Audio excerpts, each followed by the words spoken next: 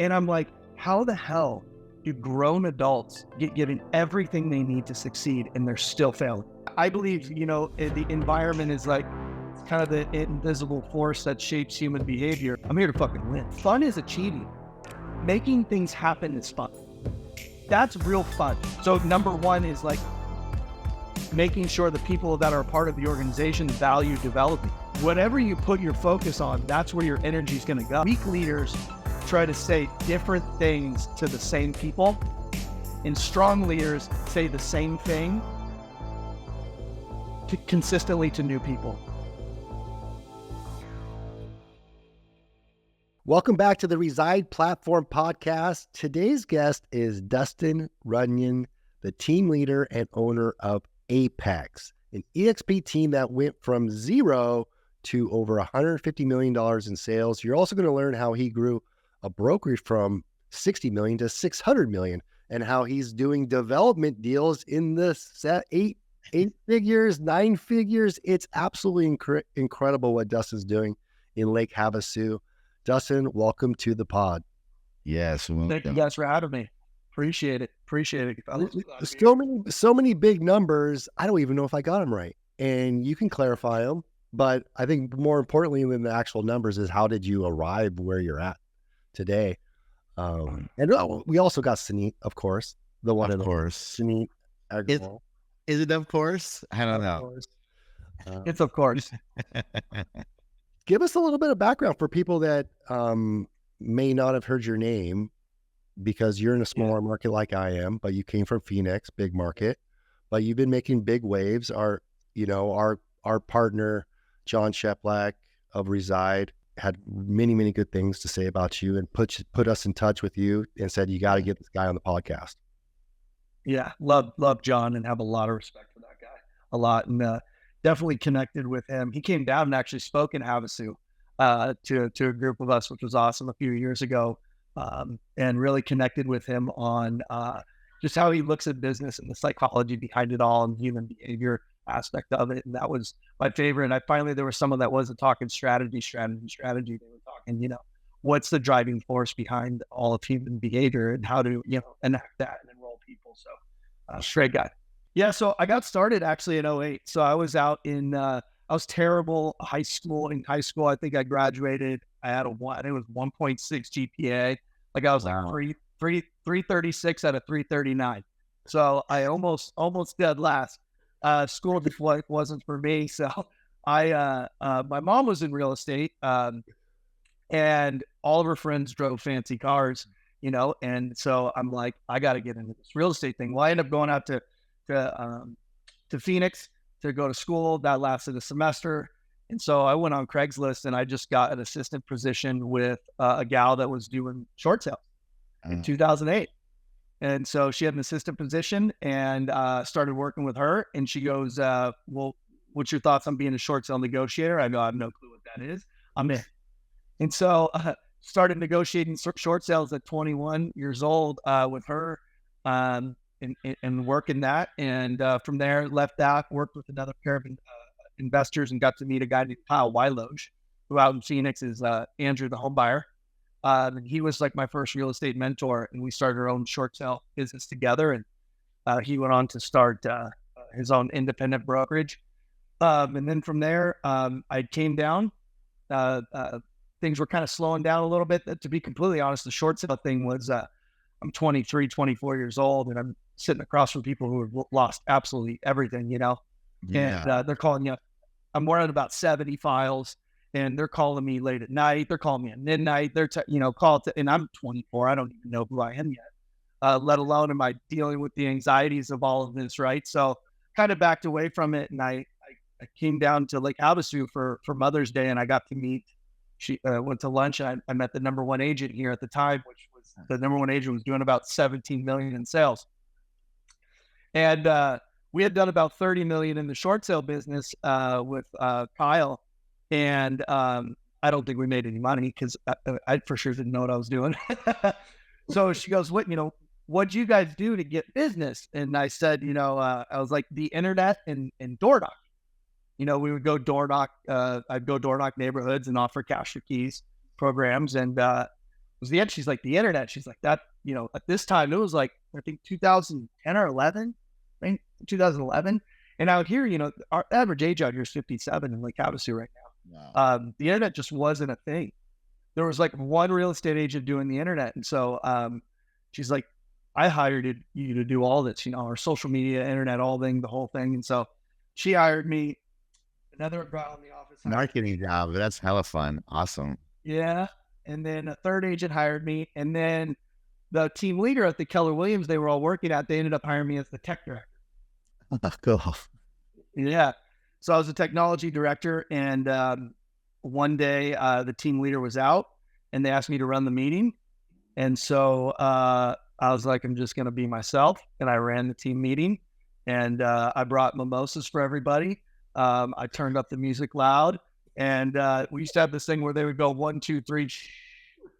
And I was like, everyone's going to get fucking loud on 3, 1, 2, 3. And we got loud there. Everyone thought it was the best team meeting we had. And so they voted me on as the team leader.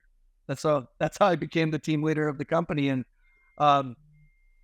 here's how my obsession with development started was I did at this independent brokerage and there's no training, there's no education, there's no nothing, right? And I'm 25 years old now, starting as this team leader, and I come into the Keller Williams and I come into this thing where they give you everything. They give you all the training, all the education. Even at the Keller Williams at this time, they were sending leads out to everybody, right? And I'm naivety, right? That's what I'm operating out of. And I'm like, how the hell do grown adults get given everything they need to succeed and they're still failing? And that became my fascination. That became my obsession. Because getting into this role kind of saved my life because I still had old patterns that I was operating out of with regards to just being kind of a degenerate and being irresponsible with my behavior. And so I got into I got fascinated with why we do what we do. I don't know. You just said something that, how are grown adults given all of this training and they still don't take action? Was that your aha, or is that your observation? That was your fascination. Have you ever figured out why that is? Yeah, I mean, I think that's a complex question to answer, but I tend to, we'll kind of go through this, but I've shared this with you too, Nick. I tend to oversimplify things because I think they're easier to execute that way. But I realized that 90% of success in anything was psychology and 10% was the mechanics. So if I could learn how to think, and if I could learn how to think appropriately and kind of learn what it is that drives human behavior, if I could get behind that, I could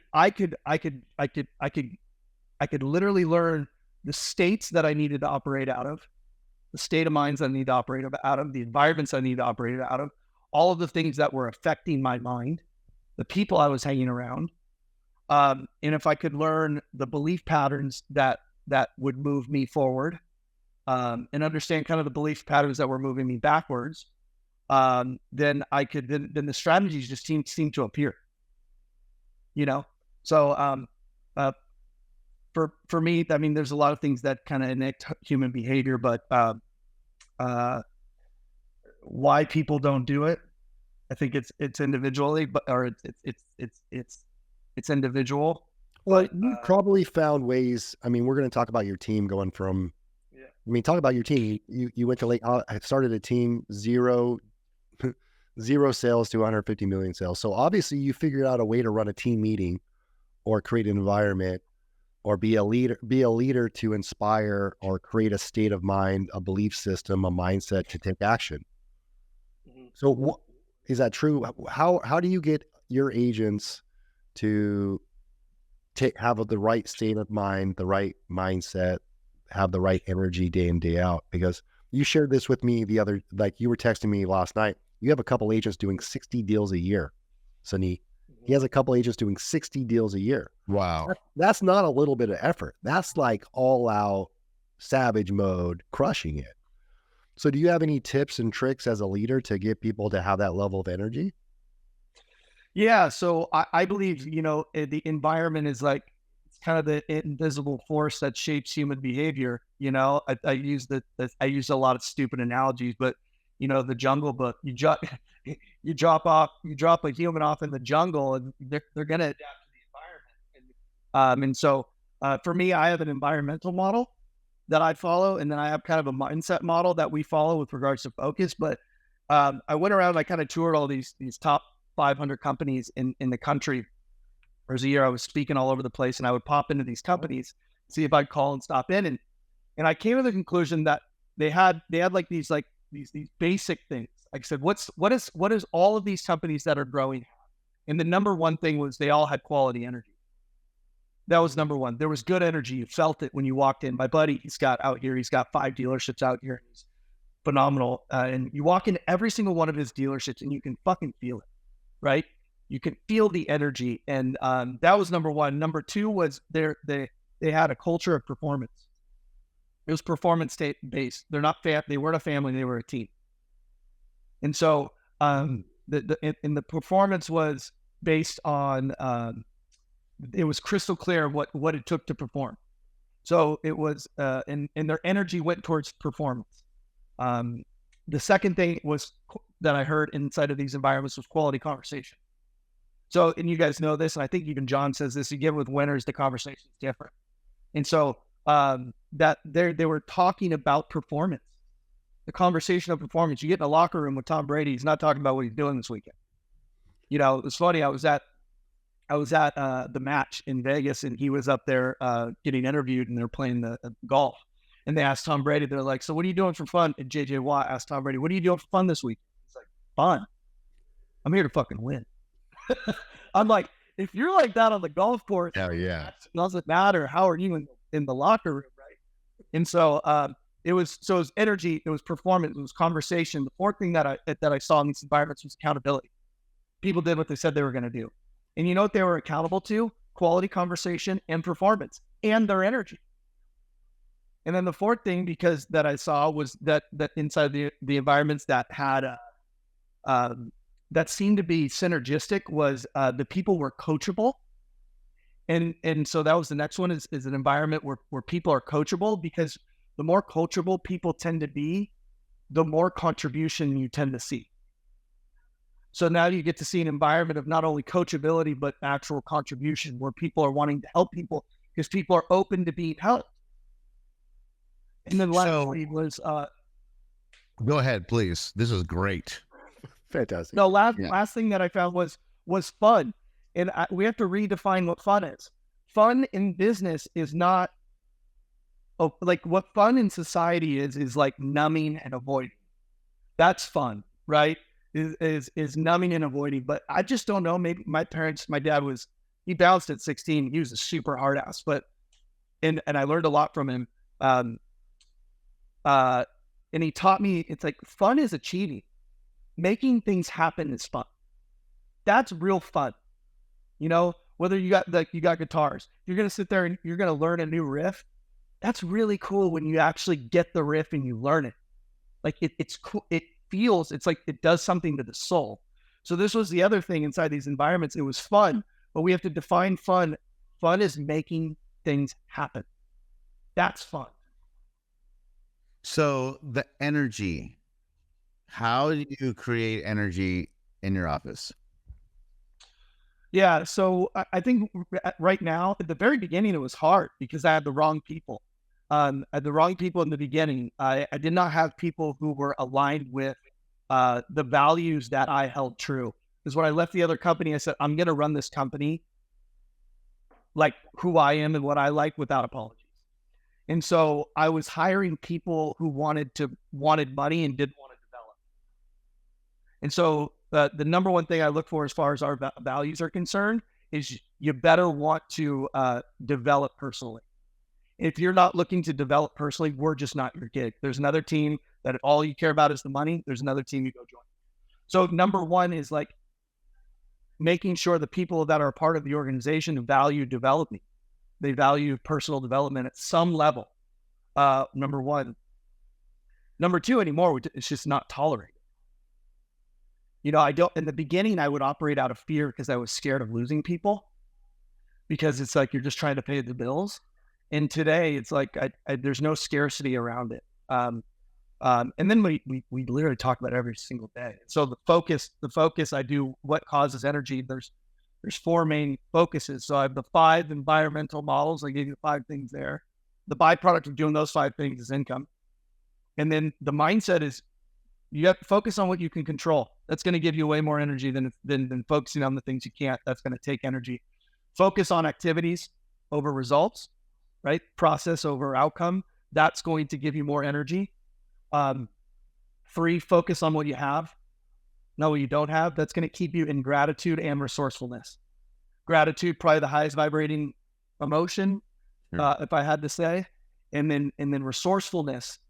I have this phrase or a belief is resources are cute, resourcefulness is fucking everything. Yeah. And so when you're in a state of resourcefulness, the energy's higher. And lastly, focus on right now. Not what happened, not what might happen. Focus what we can do right now. And if we focus, and I learned this through NLP, where it's like, whatever you put your focus on, that's where your energy is going to go. So if you're focused on problems, it's going to be a lower energy. If you're focused on solutions, it's going to be a higher energy. So getting people to focus on the things that actually fucking matter, and things that they can take responsibility for. We don't want to take, people tend to not want to focus on things that we tend to focus on things that we can't control, so we don't have to take responsibility. Somebody else, something else. So that, and then just, I would say, hiring good energy people. So that's really thoughtful. And that's how you build energy, is you have energy, right? Because look, Dustin just dropped it down. How do you have energy? Well, you better have some. That's how you have it. Good stuff, man. Nick, I see you thinking like you're about to say something. Well, there's a lot there. And I was thinking, as a leader, and Dustin, I imagine you as a leader, you're running a meeting probably to run a high energy team, a highly focused team. You have to be highly connected and communicative on a daily basis almost as a leader. So, because as a leader, you need to help them decide what to focus on. They need guidance and direction. And if you have the right people, you give them direction and they just go. They just go. Like one of my best agents of all time, Angie, she sold 55, like one of your top agents, 55 in a year. And I used to say, all I got to do is point her in the right direction and boom. Yeah. Off she goes. Just give me the appointment, give me the number, and I got you. I could count on her. And I see that with my agents all the time. I need go-to agents. I need agent team members I can count on. And I wouldn't say agents, team members I can count on. Isn't that teamwork? Someone that it's been trained, that you can trust to do the right things and work hard. The last thing you want to do is give a lead or an appointment to a team member and like, oh, I'm not so sure. Are they even going to do it? I got to count on you. So, but back to you, Dustin. Talk to me about your rhythms, your meetings, your trainings. How often do they happen? What's the frequency? Yeah. And maybe it's changed. Maybe it's changed over time. But my guess is it's highly, the frequency is probably fairly high. Yeah. It is high. It is high. And I love what you said, dude. I have this phrase, Nick, be easy to support. And that's something like I want when I'm around someone, I want to be the guy that is really easy to support, because the driven and the people that do what they say they're going to do, they're so fun to support. Right. And so, I love the people that I give them this much information and they take it this far. Yeah. The people that are difficult are the people that you give them this much information and they take it this far. So, we just had an interview, Suneet, we just had an interview for Reside, and the lady said this. She goes, you give me something that's a 2 and I'll bring it back to you within a day and it'll be an 8. So, right? I was like, hired. You're hired. Like, I don't need to wait for it to be a 10 and perfect because that's going to take too long. She's like, I'm going to take your idea that's a 2, and I'm going to make it an 8 in a day. Boom. Right. And then we go from there. So I love that. I was like, okay, you're getting an offer tomorrow. You're hired. All right, dude. So good. Yeah. So yeah, the rhythm of our meetings every day, we have a meeting. It's at 8:30 every day. I really only have 3 standards for my team. That's it, show up to the team meetings every day. Because I would say everyone on my team has equal opportunity. I do not treat everyone equal on my team. And so show up to the team meetings are at 8:30 every single morning. I really want an office predictability. 2 is don't be an asshole. So like, don't blame and complain. Don't be shitty. You know what shitty is. You know when you're being shitty. Don't be shitty. Don't be an asshole. And then 3rd is 20 connects if you're under 5 pending. If you're over 5 pending, 10 connects a day. And a connect is defined by a conversation with someone about real estate. And so in our meetings, we do in office meetings in person. In person in office meetings. Yep. I'm very much in those meetings. I run every single one of them except Fridays. And so, and we discuss, I mean, I forget where I heard this, but it couldn't be, I think I heard this honestly from Ed Milet, because it was one day, I feel like I've been saying the same thing for 10 fucking years. Sorry, I don't know. Can I cuss something? Yeah. You're okay. The floodgates are open.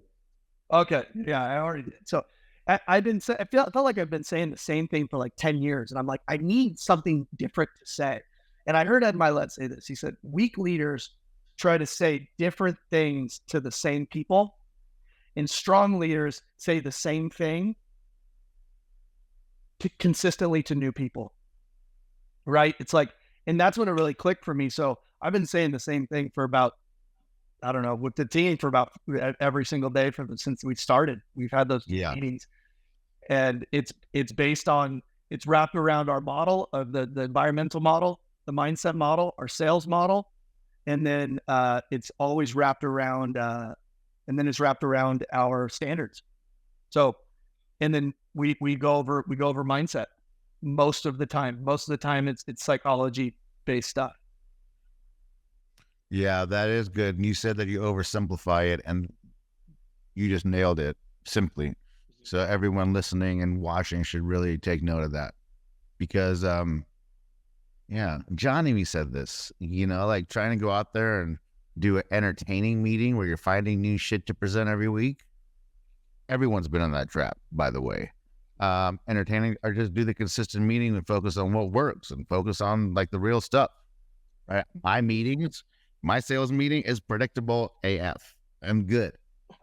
I'll read the notes from last week because they still are true. Right? I love that. I love that. Do you have daily meetings? I don't know. I have huddles on Monday and Friday, and I have no expectation for attendance. I have huddles as there. If an agent wants a place to wake up and go to and talk about real estate, then that platform is there. I'm not good. For me, it doesn't serve me well to chase people around and get them in there. If you like that, then go for it. Right? Tuesday, we have a weekly meeting at 11 a.m. and you should be there. Yeah. And we have trainings. I'm not doing any trainings, and for the longest time we had multiple trainings every day. I'm not in charge of that. I have a director of agent training because she's better at it than me, but there's value. And you mentioned Keller Williams, like when you're recruiting and if you want to build a team or any kind of organization, you have to have the training box handled, right? And Keller has been able to recruit, is it the most agents, second most agents, I don't know, by standing on a training platform. So you should be training too, bro. Yep, I agree.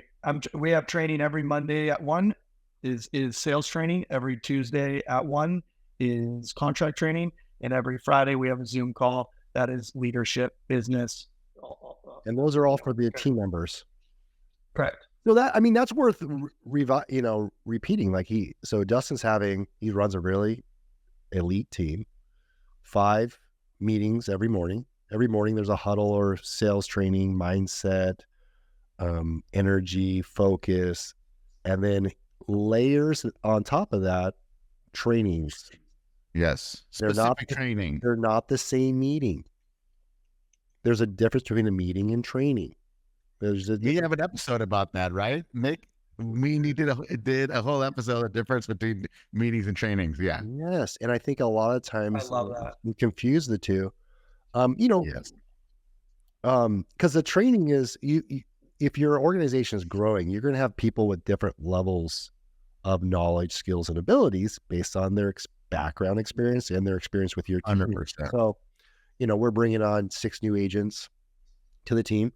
I got to start them from day one, week one, contract training, and bring them up to speed so that I can get them or hang out with the A players.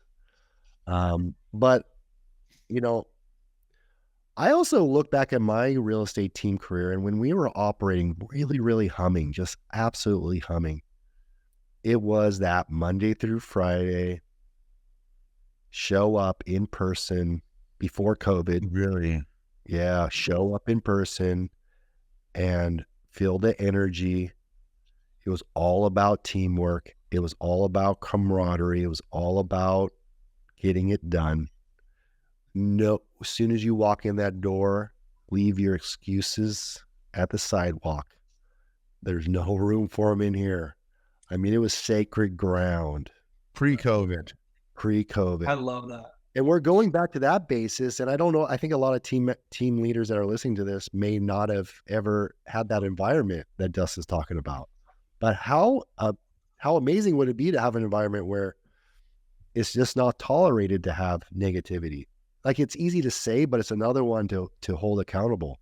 Because how do you address someone that's showing a little negativity? Because let's be honest, we're human beings. Yeah. We're going to come down, stressed, angry.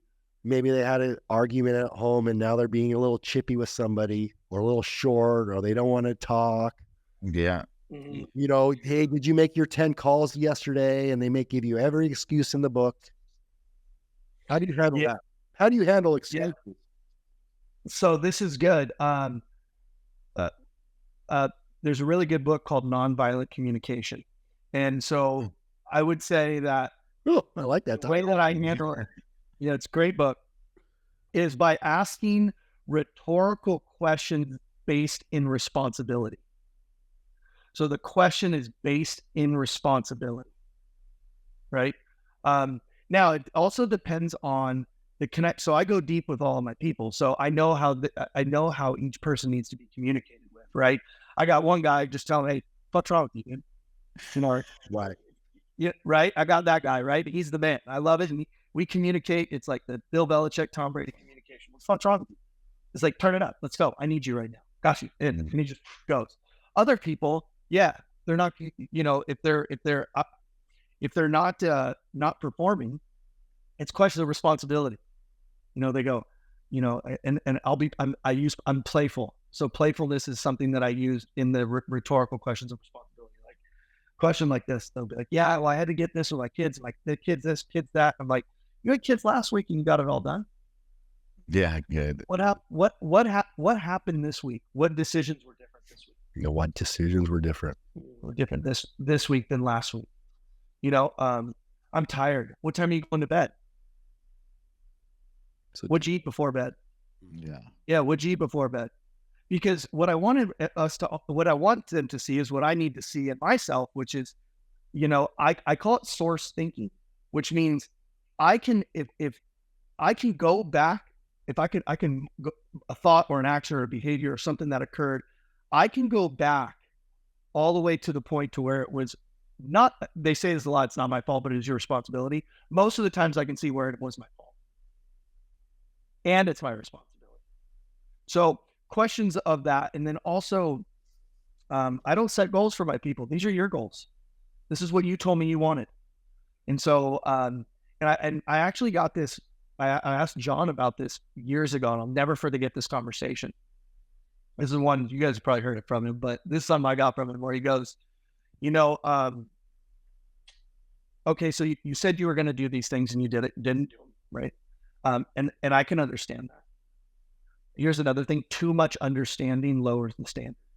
So it's I understand, and you still didn't do it, right? You posted this yesterday, Nick, where you said most excuses are true, but there's a dialectic, which is like two opposing forces can be like I can be working on myself and whole at the same time, right? You can have troubles, right? And you can have all these things in your life and still get shit done. Yeah. So, so it's reminding them of what it is that they want. Number one. Number two, it's like, did you say that you were going to do this? Yes. And you didn't, correct? Yeah. I go, okay. So, this is a John thing. He goes, so in the next week, what are you committed to doing? They go, my 20 connects every single day. Okay, great. 2 appointments a day, 20 connects a day. Great. And how would I know if you were committed? Or I go on a scale of 1 to 10. How committed are you? They go 10. I go, how would I know? They tell you, right? And then this is the one I remember from John. Unfortunately, commitment is defined by the result. Cliff conversation. So, yeah. Right. We are reading it verbatim right now. Yeah. They're tough if you don't have them often. And if it's just part of the culture, they tend to be just like very normal, like pendings and connects in this office. It's just, you would come in here and it's like, how many connects you at? How many connects you at? How many connects you at? How many pending you got? We don't talk about closing, just pending. And so, it's because pendings matter. Pendings matter because it matters on what you are committed to doing that week. The standard. Okay. Got it. Correct. Yep. And so, and then from there, it's, you just don't tolerate the blame or complain. It's the only thing that if you're awesome and you're trying hard and you're working hard and you're following the system hard and you're not drama and you're not complaining and you deliver to the environment, you'll always stay. No problem with that. It's the people that blame and complain and point fingers. But what is so great is, and I think you guys know, you have to I had to build my team in a way that ridded all those things. So you get what I mean? To deliver as a leader the best possible system that I possibly could for you to succeed. Because that environment doesn't create itself. It doesn't create itself. And so how do you handle I don't know if it's the jester or the smart excuse person where they're like, Dustin, I don't want to give you an excuse. I didn't do it. Yeah. You know, yeah. or you're 100% right. I don't want to lie to you. I didn't do it. I know. I'm holding myself accountable. And it's like this flippant, like but they're not really holding themselves accountable because they're not really going deep and telling you why and what got in the way. How do you handle that? I go, and say this is a pattern. This is the conversation. And it's been the conversation every single time. A pattern of like, and they're like, you know what? 100% me, I own it. I go, that's awesome. I love that. I'm glad we came to this. This is the third conversation we've had on this. Do you agree? They go, yeah, we've talked about it. And I go, understand. I go, here's let's just do this. If you keep not doing what you say if you keep in this pattern, you're going to be unhappy. Nobody that sets out to do the things they say they're going to do and aren't doing them, rarely are they ever happy. And so I really only want happy people here, people that are genuinely happy. And you not doing what you said you're going to do, it takes away from that happiness. So what I want to do is I think you need to work on your happiness somewhere else. Deep. Because you're not going to come in here wanting to achieve, say you're going to do all these things, not do any of them. I'm not going to be the place. I'm not going to, even if I let you go and you hate me and you go succeed somewhere else, then I did my job. Because I hope you succeed in spite of me. But I just can't have those. It's like this reverse apathy. Oh, it's all me. It's like, no, you're apathetic. And apathy is a strategy for a terrible life and a terrible business. It's a life of no meaning and no responsibility. And so if you're going to be apathetic, you're not going to take responsibility. You're going to have little meaning in your life. And if you have little meaning and little responsibility in your life, you're going to have no fulfillment. And those are not people that you want in your organization. At least not mine. No, you're not yours. Suneet, where do you want to take this? Yeah, I mean, I'm just curious, right? Because I'm thinking to myself, man, I love real estate. There are so many different ways to do it. And the important thing is to find out what works for yourself. And then make sure it works for your wallet. Right? That's another conversation. But obviously, Dustin is creating the environment that he wants to work in. Right? That's 100% true. Yeah. That's awesome, bro. Like, way to go. Well, yeah, and it goes to, the saying that A players want to be around A players, right? So Dustin obviously has a standard, certain people you want to be around. Is it fair to say you don't want to hang around people that are not living up to their potential? Yeah. No. Yeah. Well, I have this thing. I have a 33 rule that I have for myself, which is I try to spend 33% of my time with people that are way further than me. Try to spend 33% of my time with people who are on the journey with me. We're rocking at this, kind of doing together. And then I try to spend 33% of my time, bringing people up.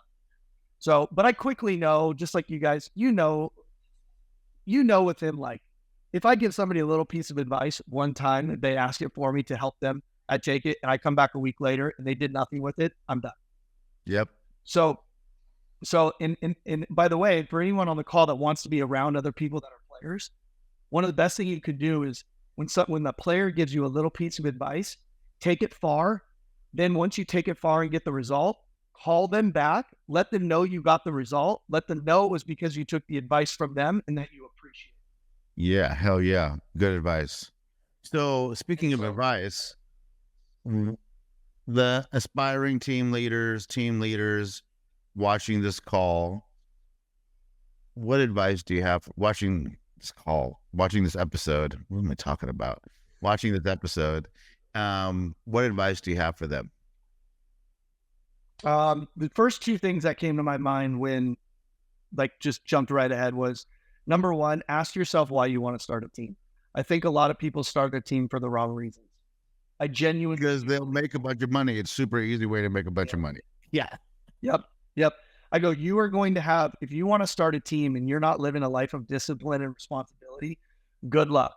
You are going to have, because there is nothing worse than attracting low performing, toxic agents. And that's what you're going to attract to your organization if you don't live a life of discipline and responsibility and you aren't growing every single day. Wow. If you think you're going to have people come into the organization and you're going to have your feet up on a desk, drinking a glass of scotch, smoking a cigar in your high rise, telling everyone what to do, it just doesn't work that way. And so, number one is, do you actually want to lead? That's the question I would ask anyone wanting to start a team or new team leaders. Do you want to lead? If you do, start with leading yourself. Where are the avenues in your life that you're not leading? Yes. Because we used to be able to hide, I feel like, back in the day. And today, dude, I don't know if it's an energy thing or a consciousness thing, or if our consciousness has increased over the years, but people sniff you out. That's number one. You have to actually want to lead and actually genuinely care about the success of other people. That's one. The second thing of advice is, like I said, is you yourself have to be more committed to growing than anyone in your organization. Yep. If you want to attract great people. And I genuinely believe that. I'm operating at 100. I'm just asking you to go at 10. If I'm going to ask a 10 out of you, trust me, I'm going to put in a 40. And you see, especially growing a big team or a beginning team, insane work ethic. That's another thing that I think people get into teams thinking that, they see someone who's had a team for 20 years, who's finally at this place where they can have some time.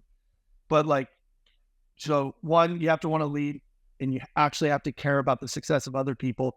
And two, and you have to lead your own life. And then two, you've got to go harder than anybody else in your organization. I believe that. Yep. And I may be wrong in that, but it's my belief in how I try to operate. Well, there's definitely people that get into teams because they are becoming burnt out as a top agent. They're overwhelmed. They have too many leads. Their client satisfaction is going down. They're like, it's the next step. And so that's going to allow me to take a step back from buyers, take a step back from this, eventually go 7th level. But I think you're right, Dustin. It's like, no, you almost have to, when you go into team, you're taking on roles and responsibilities that when you were managing yourself, you didn't necessarily have to have. And a lot of times, even when we started Reside, in July, I said to myself, as we're going to this new level, Suneet, right, where we're having, 35, 40, we're going to have 100, 200 teams across North America or more. Who do I have to become? Yep. What skills do I need to acquire? And that was executive level skills, C-suite level skills, and at every level in my career, it's always like, if I want to grow, if I want this business to grow, where do I need to grow? Have you been listening to Jim Rohn lately, dude? No. Sounds like it. Oh, really? Yeah. Suneet loved Jim Rohn, like for good reason. I love Jim too. Good. It's so true. And this is actually how we started the development company, Nick, was that question right there. Because I had a bunch of friends that were, crushing way further than me, grateful to have them, high net worths. And I would always I go, they don't do any business with me. They don't buy home. They don't invest in rentals with me. They're not doing any of the, they're not doing any of this shit. I said, who do I have to become in order to get these people to start working with me? And the answer was a developer. Right? Is like, that's who I have to become. I would say we have a great relationship, but we don't have an investor relationship. And so I had to become the type of person that found deals, that structured deals, that put together decks, that researched, that put together a team, that researched all those things to attract those type of people. Does that make sense? It totally makes sense. I learned That's literally what you just said. Yeah, because I learned it from a mentor one time where, when you go to set a goal, it needs to excite you and scare you at the same time. And the scary part is the change that you have to go through to get there. It's not enough just to do more of what you did last year. That's so good. That's going to limit more or better, right? More or better. And that's usually how we do goals, like incremental growth. But if you want to really hit your next goal, it's like, okay, if I want to get into development, I got to get better. Right? I got to learn development. I got to learn capital. I got to learn investors. I got to learn entitlements and surveys and all these other things. So, is it, I'm interested in the development.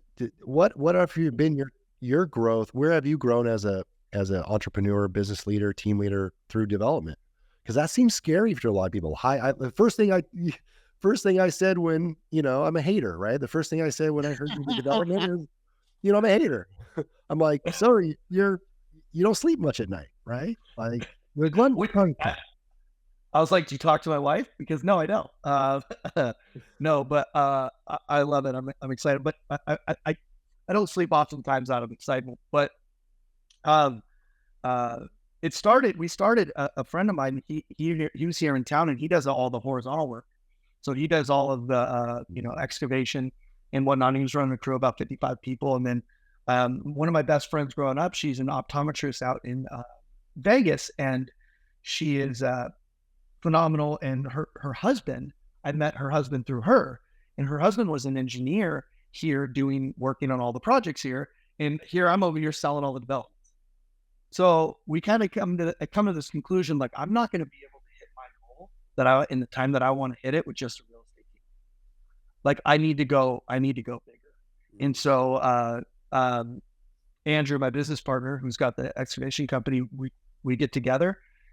He reaches out, we get together, and I'm like, dude, we're doing this for everybody else. Why don't we just do it ourselves? And so we reached out to Britt, and Britt's the engineer. And so we had a sales and marketing guy, an engineer, and we had a horizontal guy on how we started the company. And so it started out, we had a 4-lot subdivision, 1 acre parcels. We did this micro community that we kind of took from Blue Heron out in Vegas, which is a great builder out in Vegas. Gated subdivision. I asked my buddy, I needed $850,000. I came to him. He goes, "Can I do the whole deal?" I was like, "Yeah." I go, "That was fucking easy." And we made, I think that on that deal, we ended up 850 cost, and we exited at like 1.3 million on that one. Paid the investor back. It was great. So we go, let's go to the next one. And this next one, we had some other things in there. The next one, we went to 52 acres, 50 lots, luxury subdivision, 2 gated communities, 25 and 25. Okay. We put this into escrow. Put it into escrow. Like, dude, raising money is easy, right? Put this thing into escrow. And 60 days later, how much money do I have raised? 0. Wow. No money. So we let it out of escrow. And because we had about 50,000 in there, and a large chunk of that money was, remember my friend Stephanie, the doctor, the optometrist, a lot of that money was her money. So my partner calls me, goes, put it back in escrow. I go, we're going to have to make the money hard. 25,000 for 2 weeks. And then they want another 25,000 for the other 2 weeks. We have no fucking money. He's like, put it in. There's another person looking at it. We'll find a way. And isn't it crazy sometimes if you put yourself in a do or die situation, you find a way. Yeah, you find a way. For sure. And so I've called this guy. This guy, he's my business partner today. His name's Mark Lindsay. And I call him 47 times. And I remember on like the 20th call, he texted me back and said, "Hey, buddy, I got your calls. Been busy lately. I'll get back to you." Okay. He called me buddy. That's all I needed to call him another 100 times. So I'm calling him and I just can't get all of him. He's busy. And he's a guy out in Vegas. He's got a house here in Havasu. And we're like 1 week into this thing at TAR 25,000. I'm out on the golf course with my wife. And I opened my phone at 17 missed calls from my business partner, Andrew. I call him back. He's like, "Hey." I'm like, "What?" He's like, "I'm with fucking Mark right now."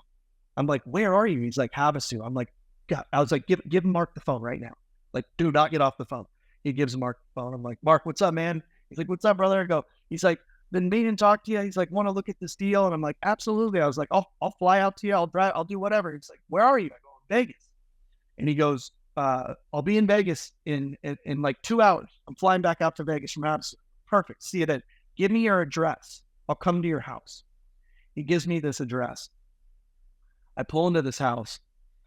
You'll see this house. It's insanity. I pull into this house.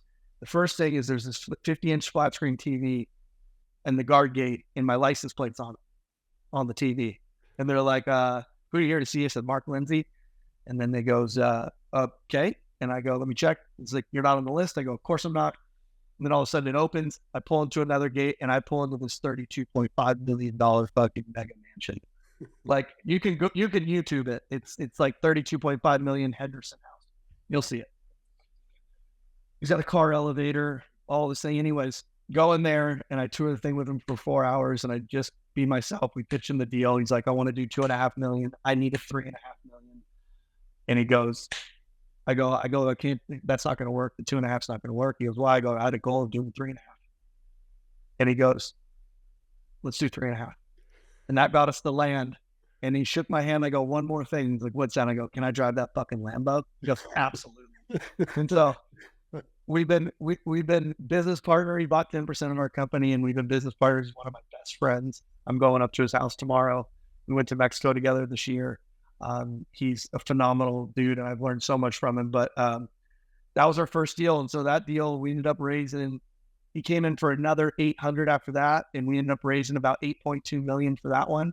And this one, likely we have 4 lots left and it looks like we'll exit at about 20 million. That's an amazing story.